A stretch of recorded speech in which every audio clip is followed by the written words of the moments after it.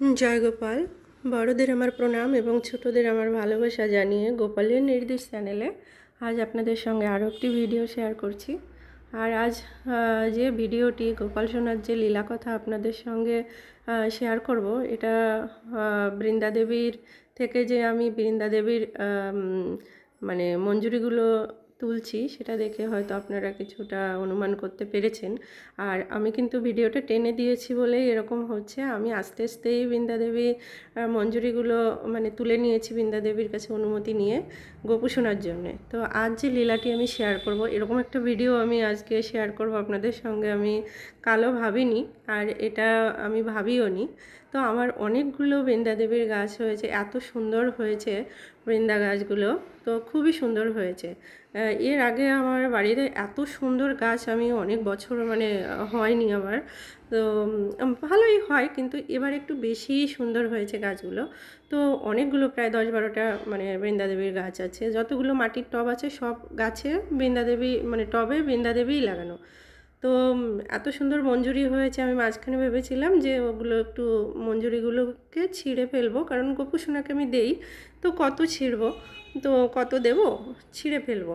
কিন্তু গোপু সোনা আজ বৃন্দাদেবীর যে মঞ্জুরিগুলো হয় এই মঞ্জুরি দিয়ে মালা পরবে। তো আমি কখনো এর আগে বৃন্দা দেবীকে দিয়ে মানে এইভাবে আমি দেইনি। আপনারা জানেন যে আমি গোপী সোনাকে 108টা ফুল দিয়েই মালা নিজের হাতে তৈরি করে দিই। তো আজকে যা চেয়েছে সেটা হচ্ছে বৃন্দাদেবীর যে মঞ্জুরি আছে 108টা মানে মঞ্জুরি দিয়ে গোপী সোনাকে মালা তৈরি করে দিতে হবে, এটা আমার কাছে চেয়েছে। তো আমি সকালে গিয়ে আগে এগুলো মানে ছিঁড়ে আনলাম।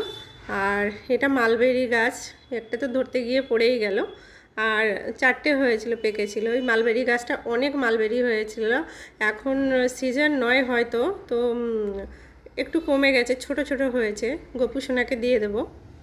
আর এই দেখুন আমি এবার এসে এগুলোকে মানে গুনে নিচ্ছি, কারণ 108টা এই তুলসী মঞ্জুরি দিয়ে গোপু সোনাকে মালা তৈরি করে দিতে হবে, গোপু সোনা মালা পরবে। এটা আমি প্রথম গোপু সোনাকে 108টা মঞ্জুরি দিয়ে মালা দিলাম। এর আগে যা দিয়েছি সেটা আমি গুনে দেইনি ওইভাবে। তো আমি ফুল দিতে হয় মানে চেয়েছে আমার কাছে, ফুলটা 108টা দিয়েই দেই, কিন্তু মানে বৃন্দাদেবীর এই মঞ্জুরিও যে 108টা মঞ্জুরি দিয়ে আমাকে মালা করে দিতে হবে এটা আমি ভাবিনি। তো যাই হোক, আমি সকালে ভেবেছিলাম যে 108টা মঞ্জুরি হবে কি না গাছে, কিন্তু তার থেকে অনেক কয়েকটা বেশিই হয়েছিল এনে আমি তো অনুমান করে ছিঁড়েছিলাম যে কটা ছিল, আরও 2-3টে গাছে আমি মানে ছিঁড়িনি ওগুলো। তো যাই হোক হয়ে গেছে। এইবার এসে আমি মালাটা করে নিচ্ছি বৃন্দাদেবীর। এইভাবে গিঁট দিয়ে দিয়েই বৃন্দাদেবীর মালা করতে হয়, কারণ তুলসী পাতা মালাটা মানে সুচ দিয়ে এটা করা যায় না, সেই জন্য এইভাবেই করতে হয়। তো গোপু সোনা নিজেই চেয়ে নিল, এটা আমি কোনো দিনও মানে দেইনি গোপু সোনাকে এভাবেই 108টা মঞ্জুরি দিয়ে মালা করে। তো আমার খুব ভালো লাগছে যে এটা দেওয়ার সৌভাগ্য আমার হয়েছে, দিতে পেরেছি। এবং সবথেকে ভালো লাগছে যে বাড়িতে যে বৃন্দাদেবী লাগানো আছে সে তাতেই 108টা মানে মঞ্জুরি হয়ে গেছে। আমি কিনে আনলে হয়তো মঞ্জুরি সমেত পেতাম না বা যেতে হতো বাজারে। তো যাই হোক, এতগুলো বৃন্দাদেবী এত সুন্দর হয়েছে আমার গোপু সোনার।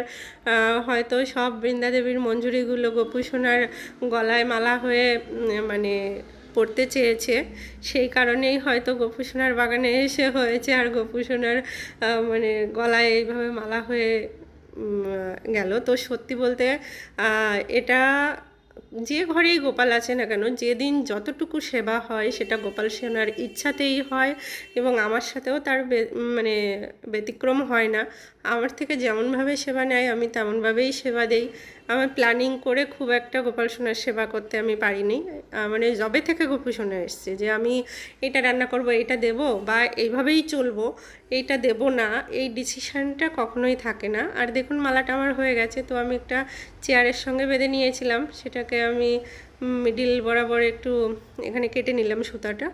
এবার এই যে মালা হয়েছে, এইবার আপনারা দর্শন করুন এত কিছুর পরে গোপু সোনাকে কেমন লাগছে। দেখুন মালা পরে গোপু সোনাও খুব খুশি, আমার এই ঘরটাতে এত লাইট কম যে ভিডিও করলে গোপু সোনাকে এমনি যেমন দেখতে মানে গায়ের রং অন্যরকম চলে আসে ভিডিও করলে পরে। মানে এইটা কেন হচ্ছে জানি না, লাইটের জন্যেই হচ্ছে, মানে যে অন্ধকার অন্ধকার থাকছে, লাইটটা ভীষণ কম একটা আলো, এই জন্যে এরকম হয়ে যাচ্ছে। তো দেখুন মালাটা পরে গোপু সোনাকে সাজুগুজু করে কেমন লাগছে।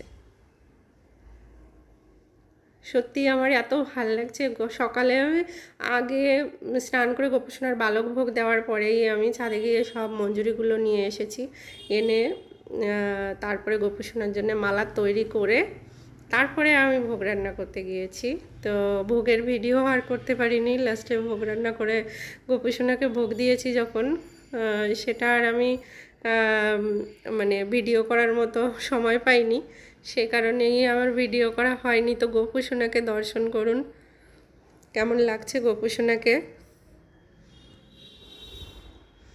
108টা মঞ্জুরি দিয়ে মালা করে গোপু সোনা পরে, এটা দিতে হয়, এটা আমার মাথাতেও ছিল না।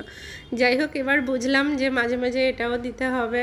অনেকগুলো বৃন্দা দেবী এই কারণেই হয়েছে হয়তো। আমার মানে টবের চারিদিক দিয়ে গাছগুলো হয়েছিল, তো সেইখান থেকেই আমি হয় না মঞ্জুরি অনেক সময় পেকে গেলে পরে গাছগুলো অনেক সুন্দর চারা হয়েছিল।